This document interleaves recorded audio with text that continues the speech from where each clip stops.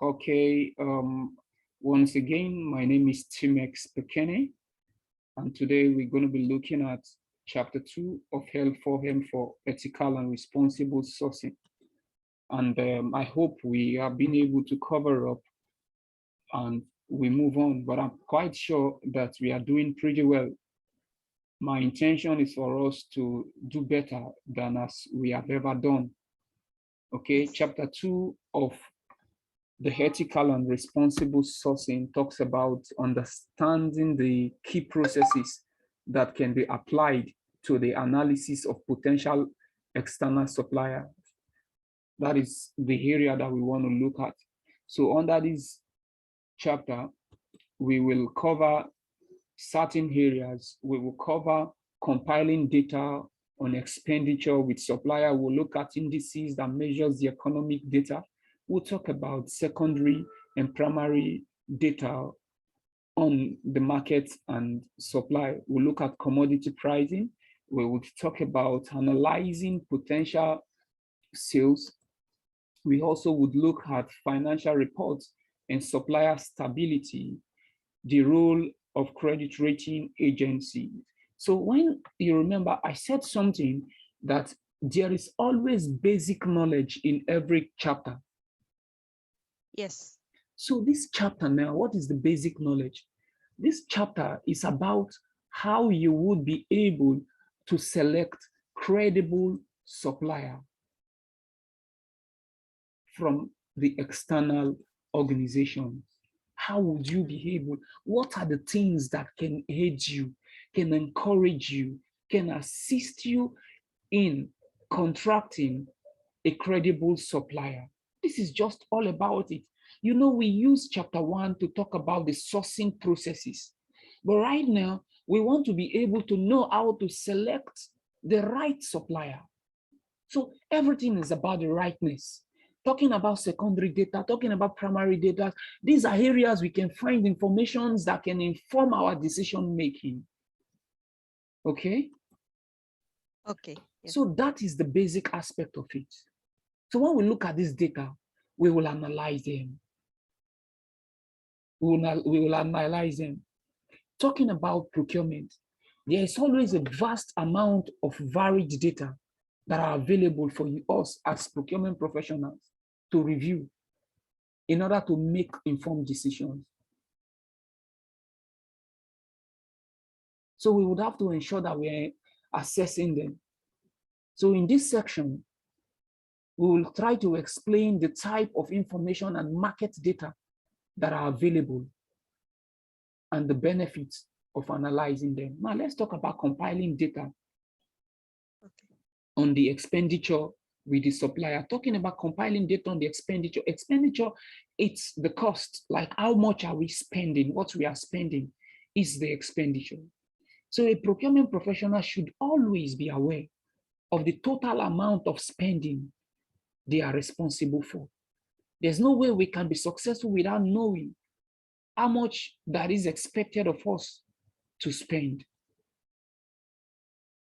So to get that done, we would have to ensure that we have it broken down into activities by activities. There are different ways different organizations would want to do it. They have different ways of breaking down their expenses. Some will call it their spend. So but right now, we are going to be looking at the Pareto principles in understanding, in analyzing our expenditure. You know, the Pareto principle is the 80-20 principle, which says 20% of your total spend has 80% value, while the reverse, 80% of your total spend would only yield 20% value. So in this slide, we are coming up with what is called the ABC analysis. The ABC analysis is cost categorization according to spend. What is the significance of A? A is 20% of the total supplier.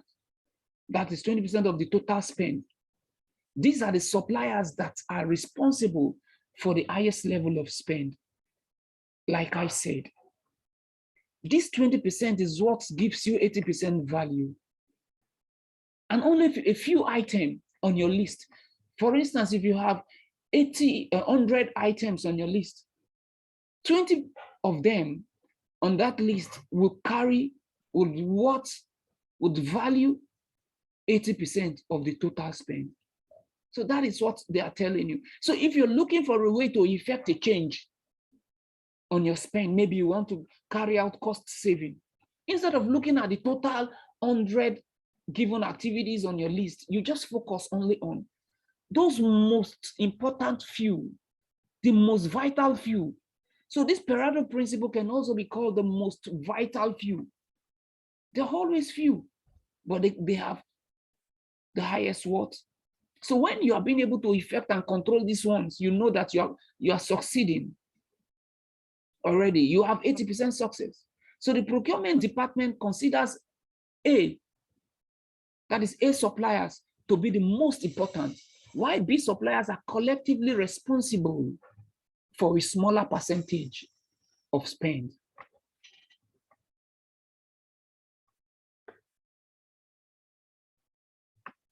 Yeah. Yes. So there are many more of them. So the majority of suppliers fall into this category, the category B. Can you reiterate that? Majority of these suppliers falls under category B. Okay. I want you to note this factor in your head. So peradventure, someone wants you to come up with the knowledge about it, you can quickly get there and talk about it. Why category C are responsible for the smallest amount of spend? Is that clear? Yes, it's a clear. So Yeah. if should in case you want to control your cost, which category would you go to? Sorry, say again. Sorry. If peradventure you have the responsibility to control your cost of your total spend, which category would you go to ensure that you have the most effect? Beautiful. Category A. Because in category A, we have the most vital few. So can you see on the chart here, we looked at it and we say, for the category A suppliers, so which means category A suppliers are most important to you, you hold them dearing because they are controlling 80% of your total spend. So they become your strategic suppliers, right? Yes. Is that clear? Strategic suppliers. Can you see it on red now? I just turned it to red. Yes. Beautiful. Category A, they are your strategic suppliers. And you know how you treat your strategic suppliers. What do? You go into partnership with them. You enter strategic alliance relationship with them. You treat them sometimes as like a co-destiny relationship where you can include them early in the project, right? Yes. Right. So they are important, very important category A. I don't joke with my category A suppliers, and I wouldn't want you to joke with yours too. So next on the list, like we said, the majority of suppliers falls within category B. So category B suppliers, we treat them as close tactical. We keep them close, but not as important as a strategic supplier, but yet we keep them close. So in the relationship spectrum, these are suppliers that should be treated as closer tactical rather. Then while the unimportant ones, which is category C that represents the smallest spend of it all, what do? They become transactional. So yeah, I said, when a procurement professional is considering changing a supplier of a product or service, it is critical to use the Pareto ABC principle and ABC analysis to fully understand the importance of the supplier. Is that clear? Okay. So that is how it is. So let's quickly take a look at indices that can measure economic data. Now, economic data, so in order to fully understand the market and the economy, before we can come up with wise decision. We must review certain indices. And these indices are the players, are the influencers of the economy. When these indices are not right, we may not be able to save money. We may not be able to obtain value. Yeah. So that is that. The first one in my list here is called the stock market. Example of the stock market is the FTSE 100, the Sensex. All you know what stock market is all about. No. Okay. Now the stock Yes. market talks about the public limited stocks and shares. When sometimes you watch your economic news and then they come on there to talk about the market share that is being controlled by various companies and products. So the stock market tells you about the value of the public limited stocks and shares. A particular company has 2 million shares, and so person has 40% of the total share. And right now in the market, they are losing 50% of their shares to another organization. So they are giving you the value of the public limited stock. Is that clear? Yes, yes. So it's okay. if peradventure, if you say yes, permit me to say this. If peradventure, a particular supplier that you want to contract is losing share, what is it telling you? That there is a risk, right? It's losing market share. It's telling you that there is a risk. So if it is a strategic item, looking at the category A item, that you want to contract to that supplier, what would you do? You would better say, no, this is not the right supplier for me. No, no, no. I think they are losing money. Not too long, they may go bankrupt. Is that clear? Yes. Can you just repeat this one? Sorry about that. But what happened to you? yes, I mean, for stock market, it's not really clear for me. I don't know why. Now, listen to me. The stock market now is for you to understand that we use the stock market to analyze data. We use the stock market to encourage how we can make wise decisions.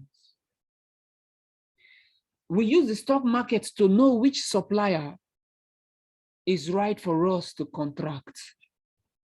Can you hear that? Yes, now it's clear. Yeah. Okay. Yeah. So a particular supplier that is being announced that is losing market share, that is being announced in the stock market or over the TV that is losing market share, would not be appropriate for you to contract, true or false? Hello? Yes. Yes, I'm with you. Yeah. So another one is the gross domestic product, GDP. You've heard of GDP. So what is GDP? GDP is the monetary value of goods and services that is manufactured or supplied in a financial period. A financial period could mean 1 year, right? Could mean a year. For instance, the GDP of a country means that the total product and services that have been total product manufactured and the total services that have been carried out within that year, their monetary value for all the products, looking at the rice that was produced, looking at the bathing soaps produced, looking at the cars that were manufactured, looking at, you just name them, the beverages that were produced, what is their monetary value? That becomes the GDP. So if the GDP of a nation is low, which means they are not producing as much as that can sustain their economy, true or false? Yes, yes, that's true. So if you have a supplier in that country and you want to do a huge volume, you know that they are facing economical challenges there. So you may want to reorganize your decisions. So same is the producer price index. The producer price index is the average changes in prices that a producer receives in return for its goods or service. Let me take it again.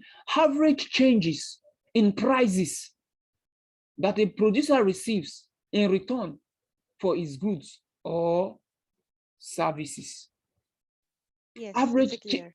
Okay, beautiful. That is clear. So now, these are how you make your decisions. You look at the stock market, you look at the gross domestic product, you look at the PPI, the producer price index.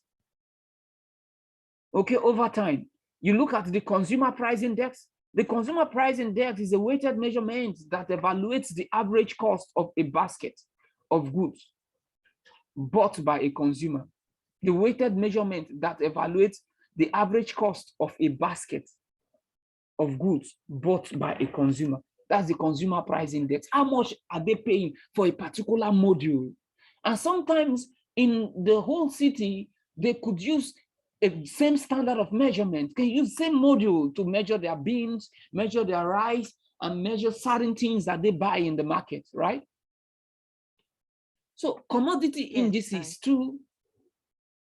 And then the small business lending index. When you look at the small business lending trends, you would know if small businesses are receiving loans from external investors. If small indirect businesses in an organization, in a country are attracting more loans, it shows that the economy will boom. The economy will do well within a short period of time. So it is lucrative for you to go into business with people that are attracting incentives and loans from other investors, because that is surety of business for you. That's surety of supply. Then CIPS came up with one powerful one that they called the Purchasing Managers Index. And they said it's a highly accurate set of facts about the current industry condition in manufacturing, construction, and services. Yes. So you must be conversant with the terrain before you start contracting and doing business with people. Now let's talk about indices. These are indices which we've in various types of indices we've looked at. So you are expecting a question from this one. They will ask you, how do you make suppliers decisions, selecting supplier decisions? What do? You just pick one of those things. They're always in the options. You know, when you look at it, you know that indices that can help you to measure the economic data includes, you now look at the let's take some on the list. You now look at your stock market, you talk about your PPI, and then your consumer price index and so forth can guide you. So indices show that prices of commodities are continually rising. The likelihood is that demand is exceeding supply. When the indices is growing, is going up, when prices are picking up, it shows that lots of people want more, but the products are not enough. So when products are not enough in the market, that is what we call scarcity. And scarcity is what can give birth to a high cost. So in such situation, you as the buying organization, you are likely to face the risk of paying inflated prices, not the true prices. You could be paying for inflated prices. Okay, so you may want to wait until there is excess in supply. When there's excess in supply, you go and buy cheap. And that may require you to preserve them in your warehouse. But yet you still have to calculate the holding cost, the preserving cost. If the preserving cost and the cost of purchase will still not be up to buying it at when the product is scarce, you buy it. So Having knowledge of the economy through reviewing indices and media reports help the procurement professional to better understand their positions when entering into a negotiation.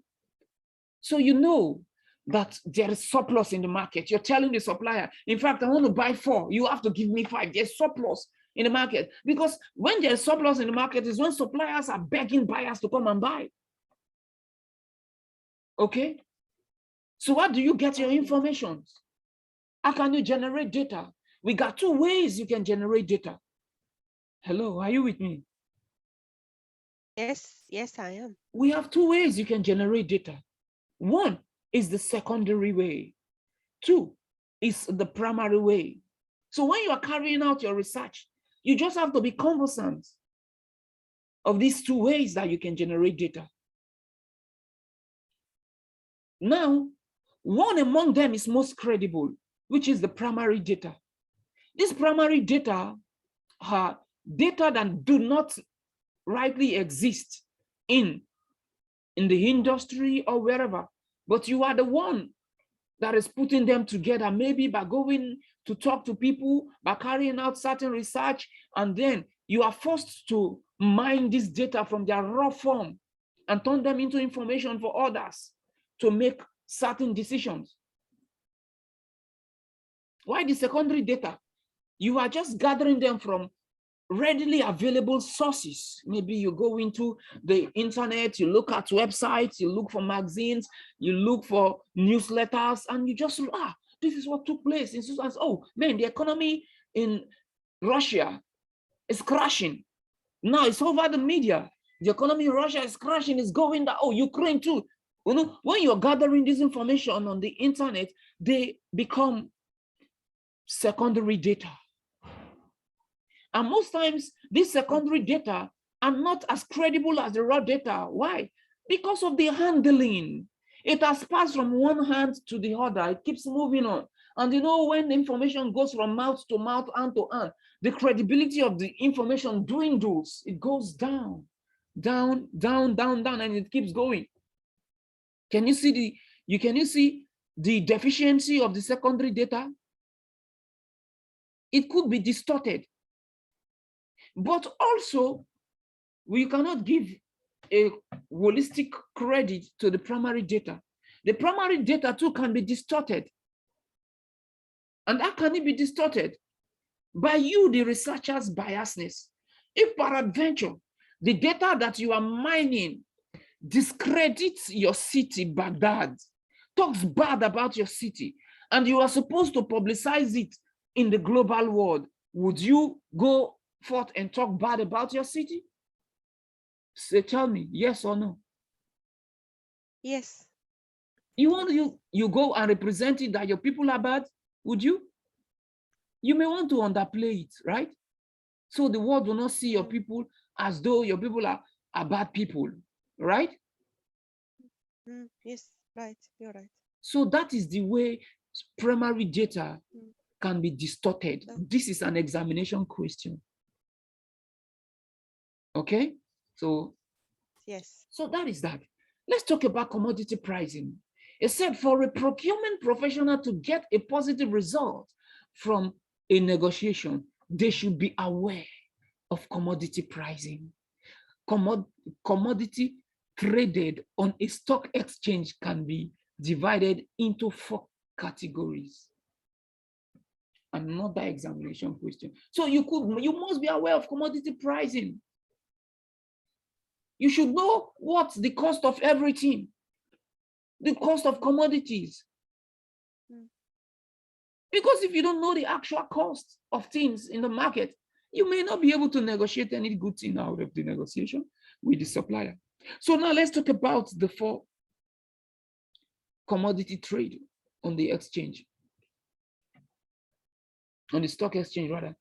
First one is the energy. Second one is the agriculture. Number 3 is metals. Number 4 is livestock. Can you see these 4? Yes. Carefully look at them. I'm turning them into red and I'm embolding them now so you can see them rightly. You may get one examination question from them and you see the 4 and you just pick these four for me. And you pick them. Yes. Yeah. And you know how to remember them?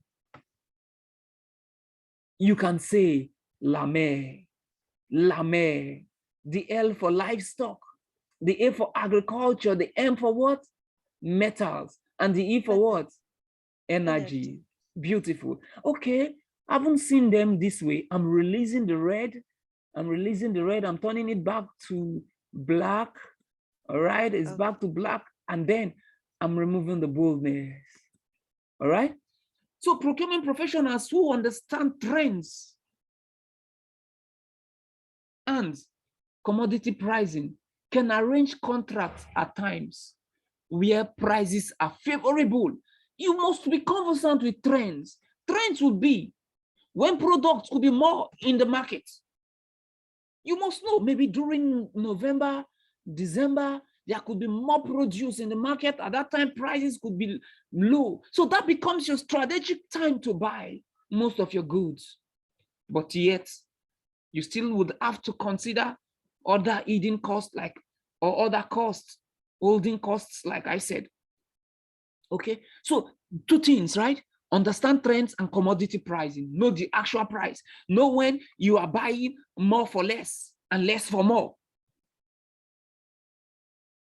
So factors that affect commodity.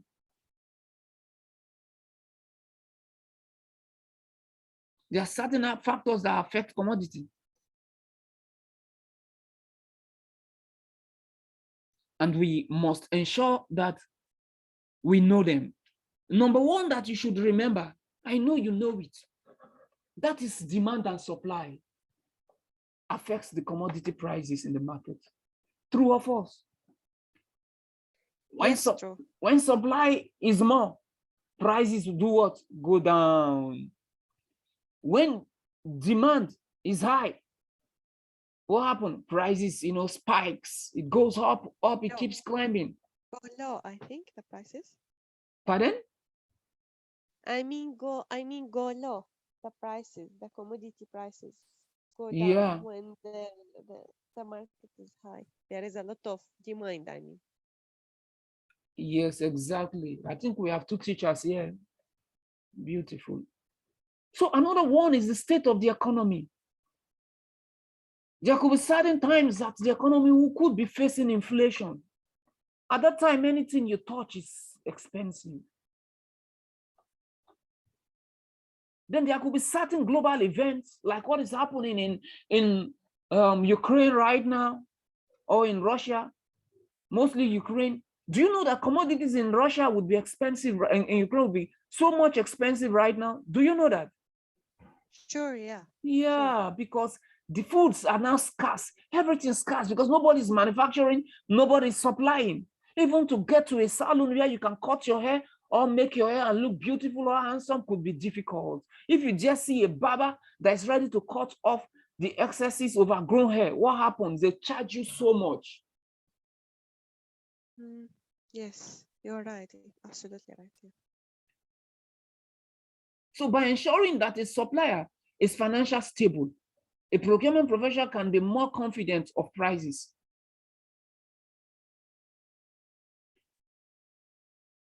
Yeah, you can be more confident that over the period of the contract, over the period of the project, prices can be stable or can be favorable,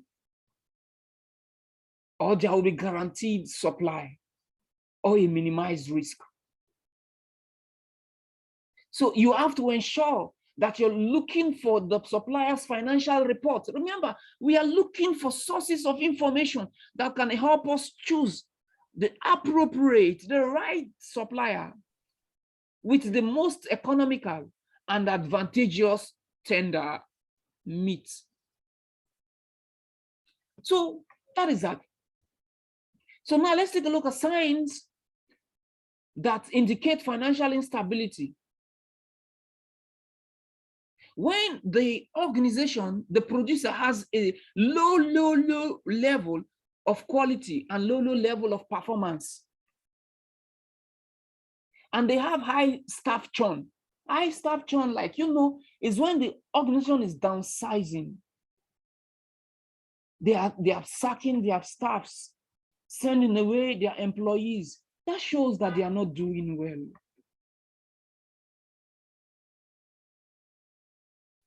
And Okay. when you find out that they are changing from one bank to the other, they still could be facing certain challenges. Another one is when, have I touched something? The screen has moved. Did it move? No, I cannot do Okay. anything. Then It's okay. when there are rumors around, you don't go in. If there's is rumoring into town that that company is downsizing, you don't go into business with such company. Forget it whether you go and find out if they are downsizing or not. As long as you have gotten the rumor, leave them alone. Any information that comes to you that they are not doing well, you let them be. Just let them be.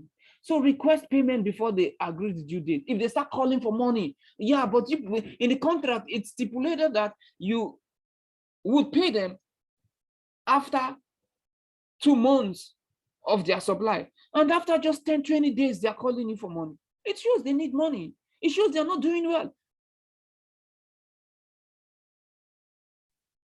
Okay, clear. Okay, now we'll talk about financial reports. How can you get these information? 3 areas that I want you to look at for your information. The first one is the income statement. That is the profit and loss account. You look for your information, what you need to know about the organization. Ask them for their income statement. Secondly, Okay, their balance then sheet and their cash flow statement. Yesterday, we talked about these 3 things. So you may want to make reference to the yesterday training to understand them better. So through close inspection of financial reports, you may be able to analyze their current financial performance. How much profit are they making? If they are losing money, you would know. A supplier that is losing money would want to be charging you for everything. A supplier that is making money, that has broken even, will be willing to give you discounts. They will be willing to let you hold their money for a longer time. So we can use credit rating agencies to still get our information. There we can get credit scores. Credit rating agencies are able to generate a score that reflects the level of risk of an organization, the risk that they have if they should go into business with other organizations. In a sane society, all organizations have their reports. And most of these reports can be assessed by professionals, by these credit rating agencies. These credit rating agencies may use certain elements. They may want to look at the payment history of this organization, the amounts they are owing, the length of their credit history, if they have new credit, or maybe their credit mix. Okay? Yesterday we said, like if you can remember, I said, if a supplier has a high credit score, then the associated risk to the buying organization is low. And the procurement professional may continue with the process. Can you see? So a supplier with a low score may be classified as a high risk. Don't go into business with them. Don't go into business with them. Another way you may know which supplier to deal with and which one not to deal with is by understanding cybercrime. We will go with a high credit score. Beautiful. We go with a high credit score. Yeah, you can say it 10 times. We go with a high credit score.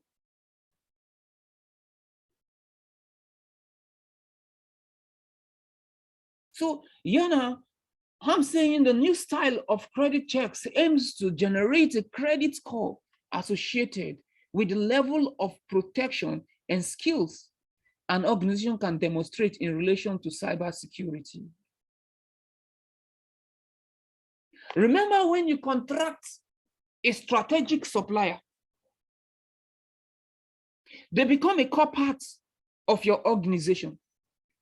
Most of your information could be retained by them, and you too have some of their information. What if they don't have a powerful cyber security, which means there could be cyber theft? People can break in and steal information through their system. So you may want to check their cyber security. Is it strong enough? Is it strong enough? Do they have good firewalls? And so on and so forth. If they are good, you may give them a score for that.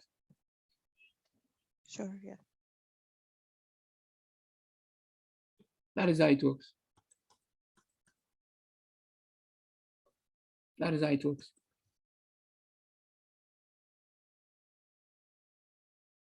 So other areas you can get information. You want to identify key processes used of obtaining quotations and tenders. You want to get certain information from these people. Do you know that when you advertise, they can come and then send you their information, right? Now, not you going to into the market to fetch them yourself. You advertise, and now they now start sending you their information. Another way could be the request for information or quotation. You ask these organizations to send in. So because through requests for information and quotation, RFI and RFQ, we get information. As they send you their prices, you would want to know if it is fair or not. And look at operation of tendering. Formalized agreement for tendering.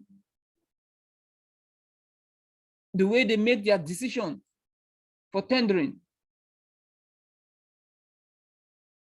So you would have to come, you rely so much on your decision-making criteria and how you assess the supplier's proposal.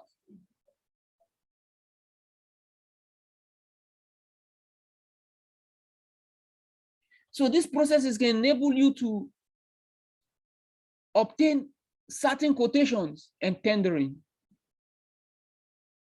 You may want to use weighted point system. Weighted point system, you look at, you are allotting points for them for every category. We've just talked about recommending source of supply.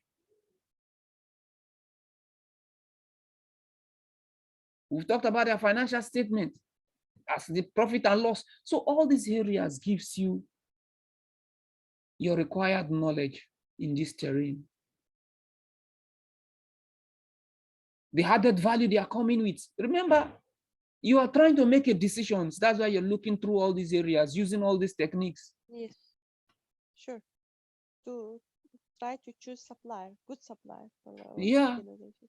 So that was just a preamble. Now let's see them in detail. Advertising requirements. Advertising the opportunity to work with a buying organization is likely to increase the number of suppliers expressing an interest. However, if an advertising generates more supplier interest, this in turn generates more work in terms of selection. So more resources are required. It's clear. But yet you still get your information.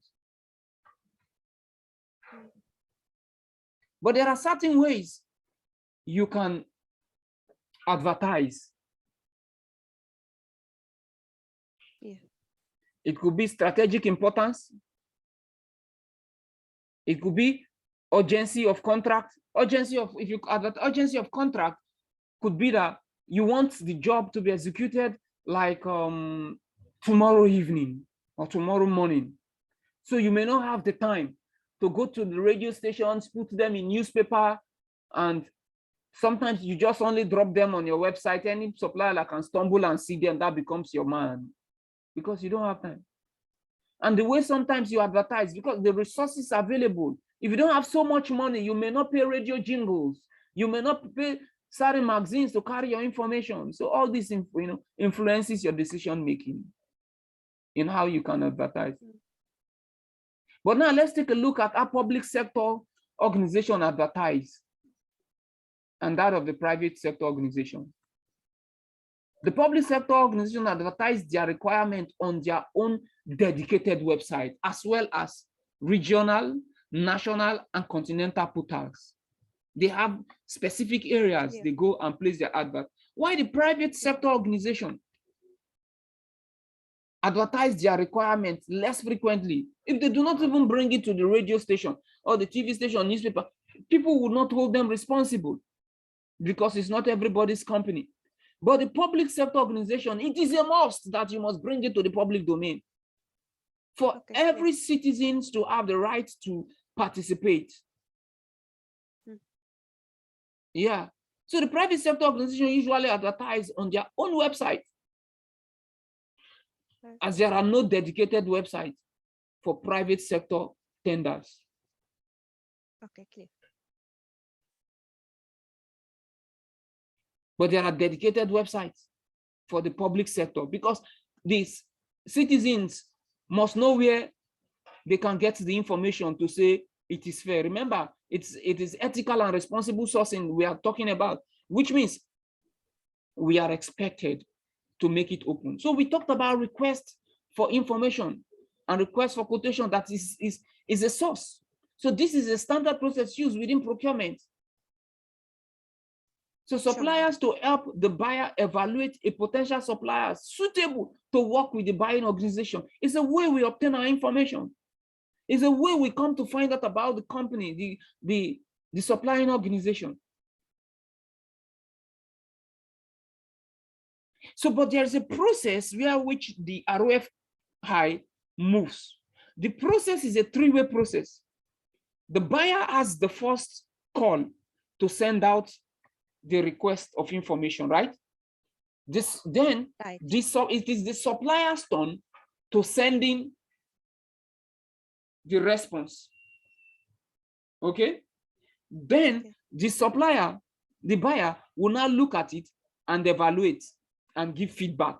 So that is why we say it is a buyer, supplier, buyer thing. The process is what? Buyer, supplier, buyer. That is BSB. So a request for information may be sent in the form of a letter or email to a potential supplier.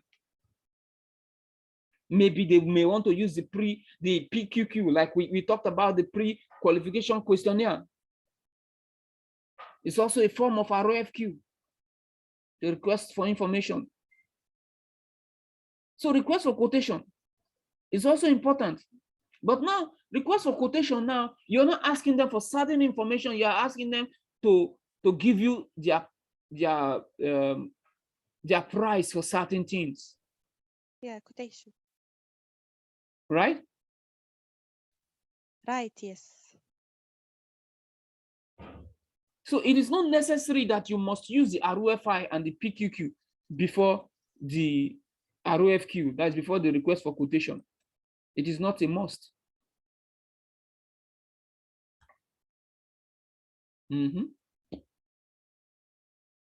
So that is that.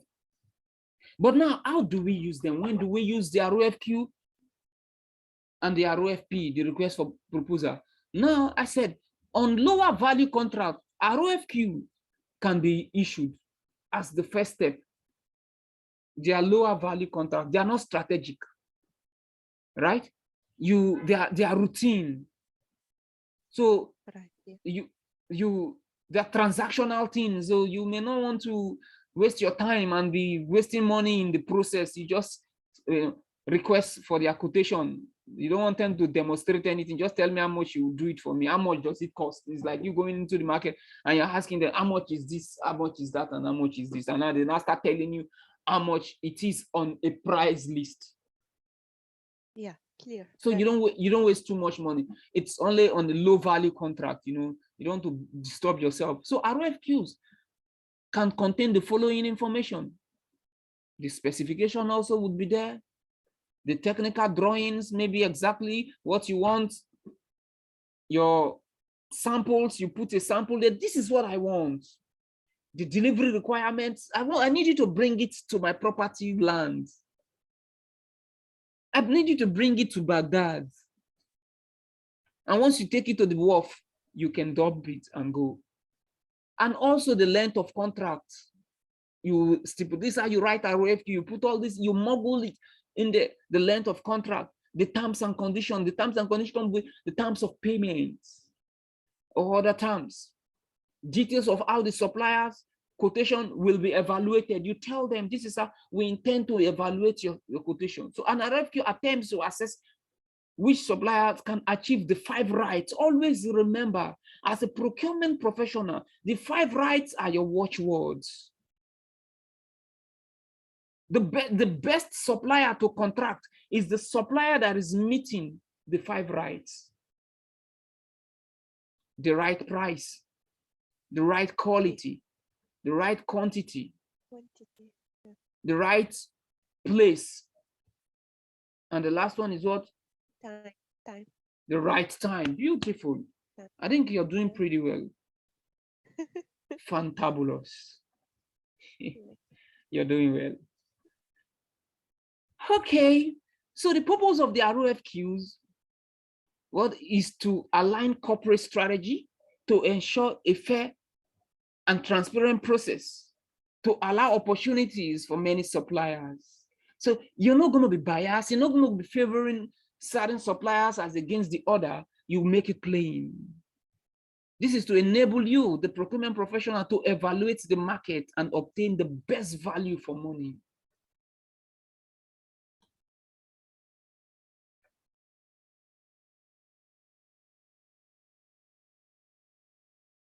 So it depends on the kind of tendering process you're using. The kind of tendering process you're using would actually give birth to the kind of results that you would have. That's why we say the operating tendering.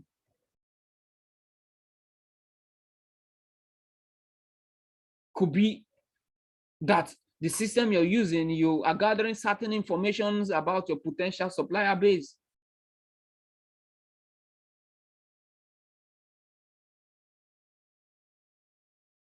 Okay. Okay, yes. So that is about that. We have looked at all this. So in the exam, like I said, all these processes, if you see them, you just tick them. Formalize arrangement for tendering. This is to ensure that the tendering process is carried out in an ethical, responsible, and transparent way. That's why I say formalize.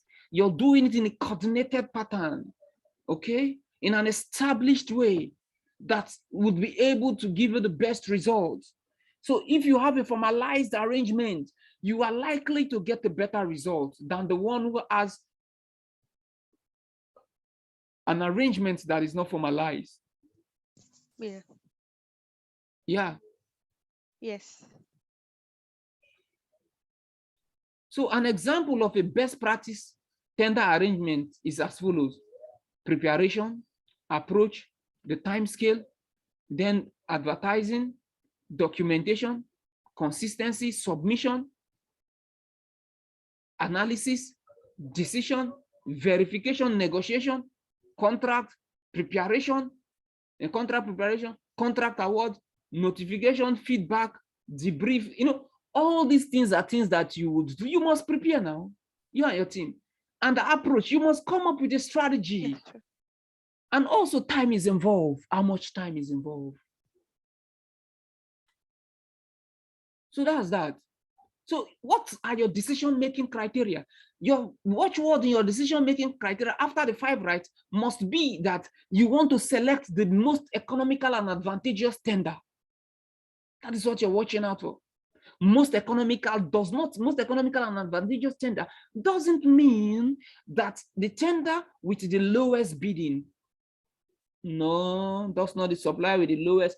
It's the supplier with the lowest bidding that will not subject you to the highest risk. It's the one that, even if his price is not too low, yet you can still have certain advantage with this kind of price. So that may happen to be the highest bidder. If it is the highest bidder that will give you more advantage than the lowest bidder, which one would you go for?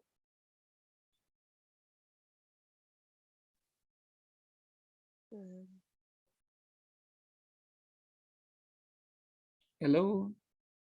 I don't know. Yeah, I'm just thinking. No, don't think. Just hear and say it. There's nothing to think. Now listen to me. If you were hearing me, it could have been clear. Now I want to say it again. I said, if the lowest bidder will subject you to more risk, more challenges, more failure than the highest bidder, who would you rather contract? Is it the supplier with the lowest bidder? The highest bidder. The highest bidder. So which means you know that if you spend more money, you are certain that you will have success, right? Yes, right. Beautiful. Yeah, clear. Yeah. Okay. So in things like this, you don't think, you just tick, you just pick the answers. So as explained earlier, in order to achieve the most economical and advantageous tender, that is the meet outcome in the tender process, the assessment criteria have to be divided from the start. The assessment criteria could be washed from the price, the total cost of ownership, the total cost of acquisition, the supplier compatibility. Are they compatible with your organization? The environmental services, are they environmental friendly? You may want to look at their ethical conduct. Are they doing things the right way? Their sustainable practices, are they jeopardizing the lives of those that are working for them? Or they are subjecting the environment into certain pollution? What about their method of contract delivery? So next is the assessment of suppliers' proposals. You have to assess their proposals to have good results. Now you look at the value of the product and the service. You look at the position of it. Example, they are strategic, they routine. Yes. And then also you consider the kind of relationship and see if they are giving economies of scale. You know what economies of scale is all about, right? Economies of scale. Do you know that? Yes. Okay. Yes. Economies of scale, you know, me, I don't know. I want to say it. If it is what it is, you say, yes, that is it. Economies of scale is to obtain a price discount for buying more, right? Obtaining again? Sorry. Is obtain a price discount for buying more. If I buy 100, I may pay, they may reduce the money for me than me buying 10. Yes. The higher I buy, the more I buy, rather, the lesser I pay, right? Yeah. Beautiful. So you may want to consider the risk of moving suppliers.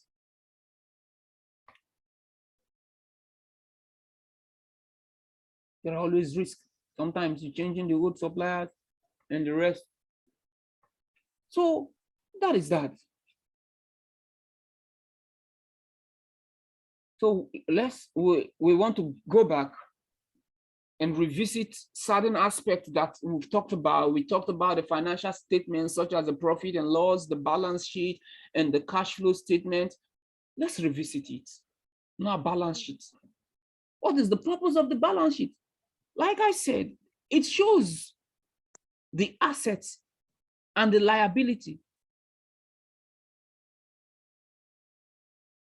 And also the shareholder funds. Shareholder funds is the equity. The equity is the operating cost, the operating capital. Okay.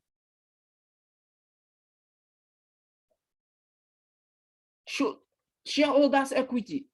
For instance, you have a business, you make fruit juice.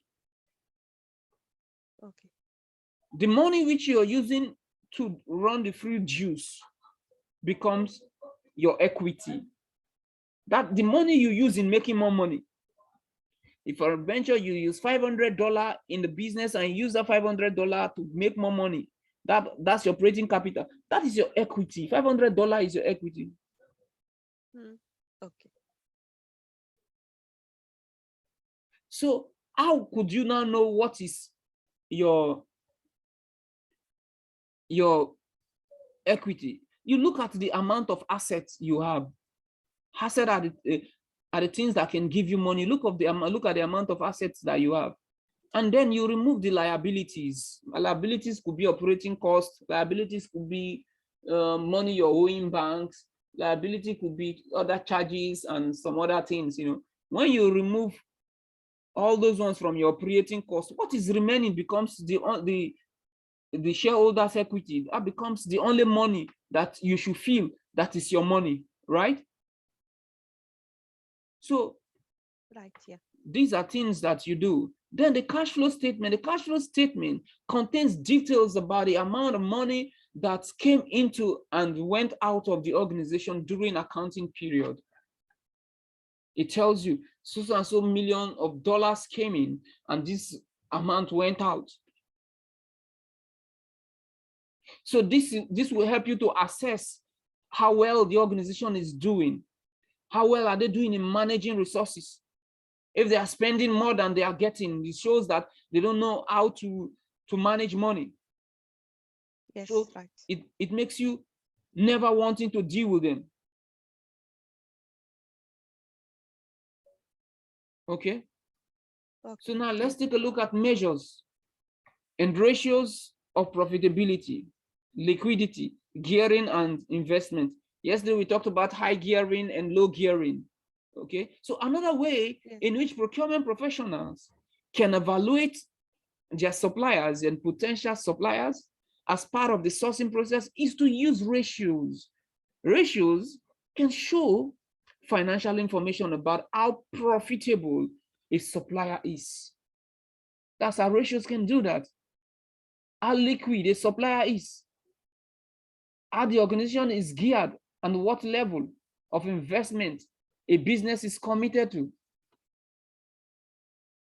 So financial ratios are divided into three categories, which first one is the profitability ratio, second one is the liquidity ratio, third one is the gearing ratio.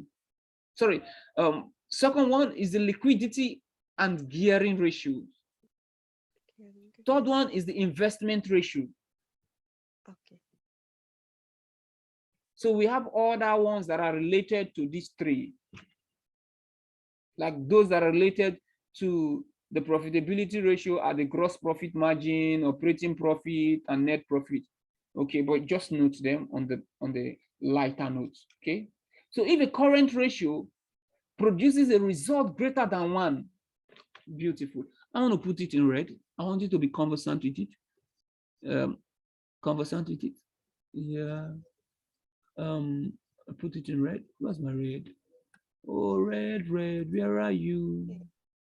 Okay, boom. Can you see that? Sure. If a current ratio produces a result greater than 1, this is a positive result. Let me tell you certain things about CIPS. You will read and understand. And in certain areas, what would you do?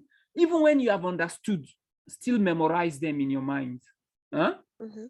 Yeah, sure. So when the ratio produces a result that is greater than 1, it shows that an organization asset has a higher financial value than its liabilities, which means that organization is doing well. Good. That is about the ratio. What if the ratio is less than 1? It shows that it's not doing well. So if an organization generates a result less than 1 from a quick ratio, that's what is called the quick ratio, which we talked about the very first day. You may want to go back to it. Is that this is a good result. Good result, yeah. Less than 1 for a quick ratio is a good result. So this is a good result. So this shows that the value of the organization liability is lower than the value of its current asset minus its stock. So these are areas that we will retouch as you're going back to listen to this slide. Ensure that you go back to your books, read this line, and get them smooth for you. So if a supplier is referred to as a highly geared, this suggests that it has a high level of long-term debt.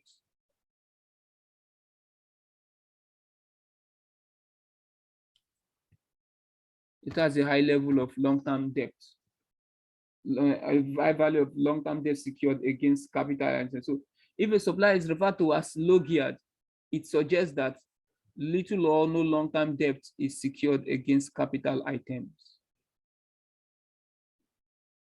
So you're looking for the high geared supplier, right? Yes, right. Let's move on. Let's move on to, there are ratio formulas which you would look at. In the examination, you're not going to solve anything, but you still good, you know about certain formulas on how to calculate them. How do you not calculate the gearing? The gearing is the non-current liability divided by the total equity plus the non-current liability times 100. This is just for you to know, but for the sake of exams, you don't need it. Yeah.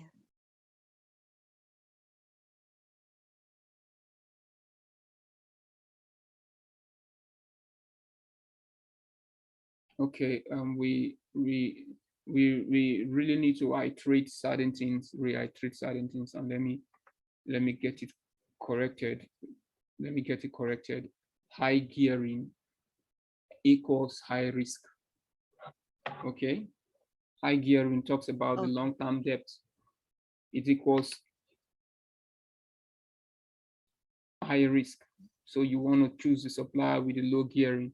The high gearing, which says that the supplier, where is it?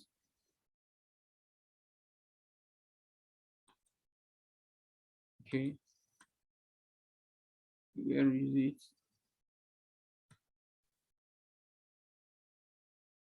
Okay, high gearing shows that the organization has a high level of long-term debt secured. That is, for a very long time, the organization is still going to be paying money from the capital it has. So maybe from now to the next 4 years, the organization still have to be paying money to the banks. It has long-term debt, but low gearing means short-term debt that the organization between now and the next 3-4 months, it could have paid off all its debt. So therefore, it is low geared. That is, you can go into business with them and be sure of success. So that is about the low gearing. So the divide by share ratio calculated is ordinary divided for the year. Okay, I think let's leave this out. You don't need it for this exam, but Okay, you don't need it. But if you care to know, it's just a little mathematics where we are dividing the okay the ordinary share number of ordinary share in issues, and something is wrong with this right up here. Just let it out. Let it out. You may check it later in your book. Okay, and straighten up. So yet, I told you yesterday that there are certain limitations of the ratios, that the ratios cannot represent certain historical informations and things that are causing the reason why the organizations are not meeting up. And even when the organizations are doing well now, the ratios may not say it. So the ratio shows financial results during one period of time. It is not always. And it's important to realize that situations can change, okay? Always know that situation can change. You can just walk in now and now start calculating all these ratios, but you wouldn't know that that organization is an organization that was even doing worse and now is picking up by the day. So if, and looking at the trend, you could have seen that they have done so much well. And most times these figures are what historical. Okay. And they could have changed. That could have been in the history and now they have changed. So these are prospects that you must watch to. So added value to, what kind of added value are they coming up with? They could be coming up with good reputation. They could be coming up with continuity of supply. They could be coming up with good communication skills. They could be coming up with short leads as they're coming. Once you're ordering, they are giving it to you. They may have good CSRO policy. They have good environmental responsibility, good sustainability, and so on and so forth.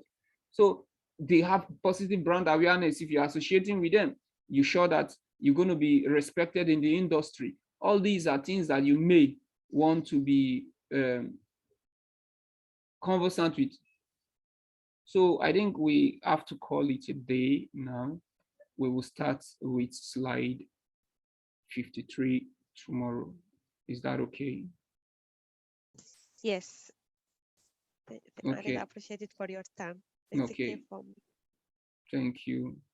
I want to stop the share now.